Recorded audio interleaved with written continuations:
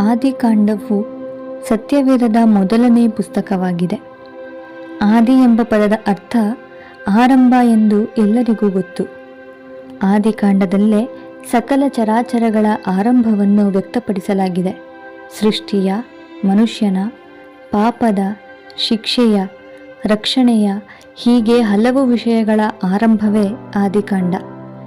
ಸತ್ಯವೇದವು ಪ್ರಾರಂಭಗೊಳ್ಳುವುದು ಆದಿಯಲ್ಲಿ ದೇವರು ಎಂಬುದಾಗಿ.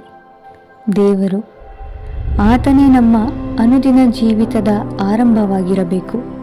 ಪ್ರಿಯರೇ, ನಮ್ಮ ಗುರಿಗಳ, ತೀರ್ಮಾನಗಳ, ಬಯಕೆಗಳ, ಹೀಗೆ ಎಲ್ಲದರ ಆರಂಭ ಕರ್ತನಾದ ಯೇಸುಕ್ರಿಸ್ತನಾಗಿರಬೇಕು, ದೇವರಾಗಿರಬೇಕು.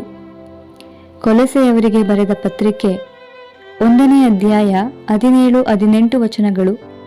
ಆತನು ಎಲ್ಲಕ್ಕೂ ಮೊದಲು ಇದ್ದವನು, ಆತನು ಸಮಸ್ತಕ್ಕೂ ಆಧಾರಭೂತನು. ಸಭೆಯೆಂಬ ದೇಹಕ್ಕೆ ಆತನೇ ಶಿರಸ್ಸು.